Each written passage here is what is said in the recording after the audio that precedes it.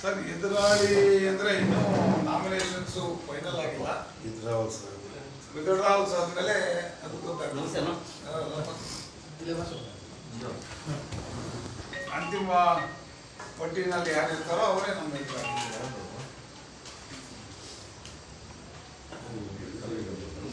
Sir ನೇರ ಪೈಪೋಟಿ ಏನಾದ್ರು ಆಗ್ತದೆ, ಟ್ರಯಾಂಗುಲರ್ ಪೈಪೋಟಿ ಏನಾದ್ರು ಆಗ್ತದೆ? ಅದು ನಮ್ಗೇನು ಗೊತ್ತಿಲ್ಲ.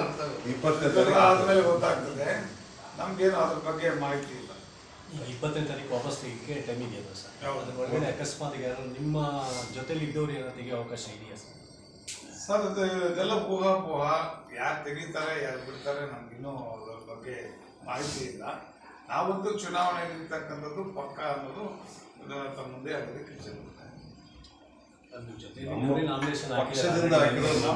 ಜೊತೆಲಿ ಇದ್ದವರೇ ಹಾಕಿದ್ದಾರೆ ಅಂತಂದ್ರೆ ಅವರು ಆ ಥರ ಪ್ರಯತ್ನಗಳು ನಡೀತಾ ಇದೆಯಾ ಸರ್? ನಮ್ಮಲ್ಲಿ ಸದ್ಯಕ್ಕೆ ಅದು ನಮ್ಮ ನಾಯಕರುಗಳು ಏನು ಮಾಡ್ತಾರೆ ಅದು ಗೊತ್ತಿಲ್ಲ ನನಗೆ. ನಾಯಕರುಗಳ ಮಟ್ಟದಲ್ಲಿ ಏನಾದರೂ ಮಾತುಕತೆ ಆಗ್ತಾ ಇರ್ಬೋದು, ನನಗೆ ಅದು ಗೊತ್ತಿಲ್ಲ. ಸರ್ ಚುನಾವಣೆಯಲ್ಲಿ ಮೈತ್ರಿ ಇದೆಯಾ ಸರ್? ಬಿಜೆಪಿಯವರು ಮತ್ತು JDSನವರು ಯಾವಾಗಲೂ ಮೈತ್ರಿ ಇದ್ದೇ ಇರುತ್ತೆ.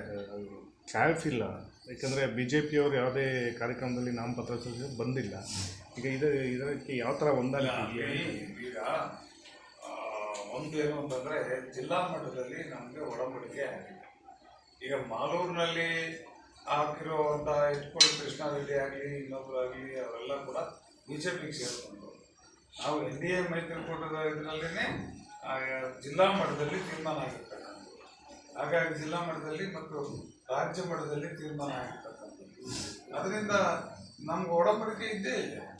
ಅದೇ ಮುಳಬಾಗಲಲ್ಲಿ ಲೆಕ್ಕಿಲ್ಲ ಸರ್. ಯಾರು ಹೇಳಿದ್ರು? ಯಾರು ಬರೋದಿಲ್ವಲ್ಲ ಬಿಜೆಪಿ? ಅಷ್ಟೇ ಬರೋದು ಅಂದರೆ ಏನೋ ಸಮಯ ಸಂದರ್ಭ ಅವ್ರಿಗೇನು ಕೆಲಸ ಅದು ಗೊತ್ತಿಲ್ಲ, ಬರ್ತಾರೆ.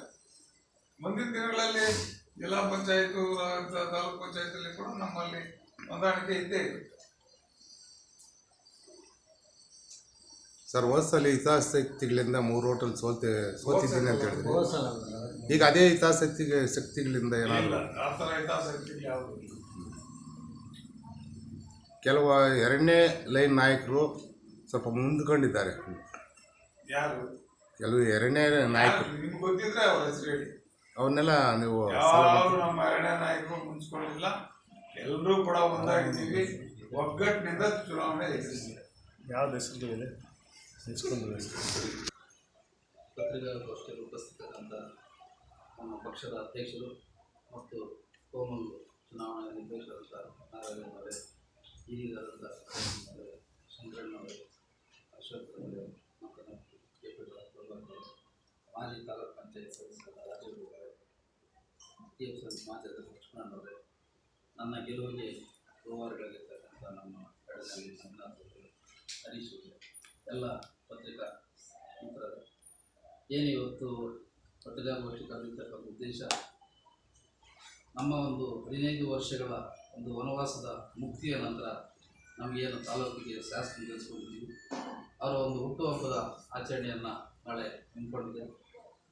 ಅವರು ಏನೋ ಒಂದು ನಮ್ಮ ಈ ಚುನಾವಣೆಗೋಸ್ಕರ ಒಂದು ಕಾರ್ಯಕರ್ತರ ಸಭೆ ಮಾಡಬೇಕು ಅಂತ ಒಂದು ಉದ್ದೇಶ ಇಟ್ಕೊಂಡಿದ್ವಿ. ಅದು ಕೆಲವಾದ ಕಾರಣಾಂತರಗಳಿಂದ ಆ ಒಂದು ದಿನಾಂಕ ಮುಂದೂಡಲಾಯಿತು.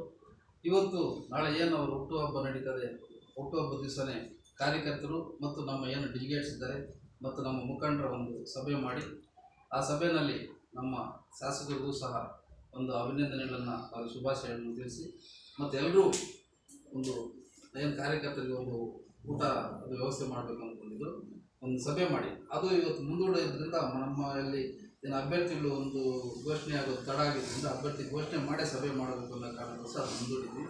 ಆ ಒಂದು ಸಭೆ ನಾಳೆ ನಿಗದಿಯಾಗಿದೆ. ಎಲ್ಲರೂ ಬಂದು ಇಡೀ ತಾಲೂಕಿನ ಜನತೆ, ಪಕ್ಷದ ಮುಖಂಡರು, ಕಾರ್ಯಕರ್ತರು ಮತ್ತು ನಮ್ಮ ಏನು ಈ ಚುನಾವಣೆಯ ಡೆಲಿಗೇಟ್ಸ್ ಇದ್ದಾರೆ ಅವರು ಸಹ ಮತ್ತು DCC ಬ್ಯಾಂಕ್ ಚುನಾವಣೆಯ ಡೆಲಿಗೇಟ್ಗಳು ಏನಾಗಿರೋ ಅವರೆಲ್ಲರೂ ಬಂದು ಶಾಸಕರ ಶುಭಾಶಯವನ್ನು ಕೋರೋದ್ರ ಮೂಲಕ ಈ ಒಂದು ಕಾರ್ಯಕರ್ತರ ಸಭೆಯಲ್ಲಿ ಭಾಗವಹಿಸಿ ಬೇಕಂತ ಹೇಳ್ಬಿಟ್ಟು ಎಲ್ಲರಲ್ಲಿ ಮನವಿ ಮಾಡ್ತಾರೆ. ಅದ್ರ ಜೊತೆ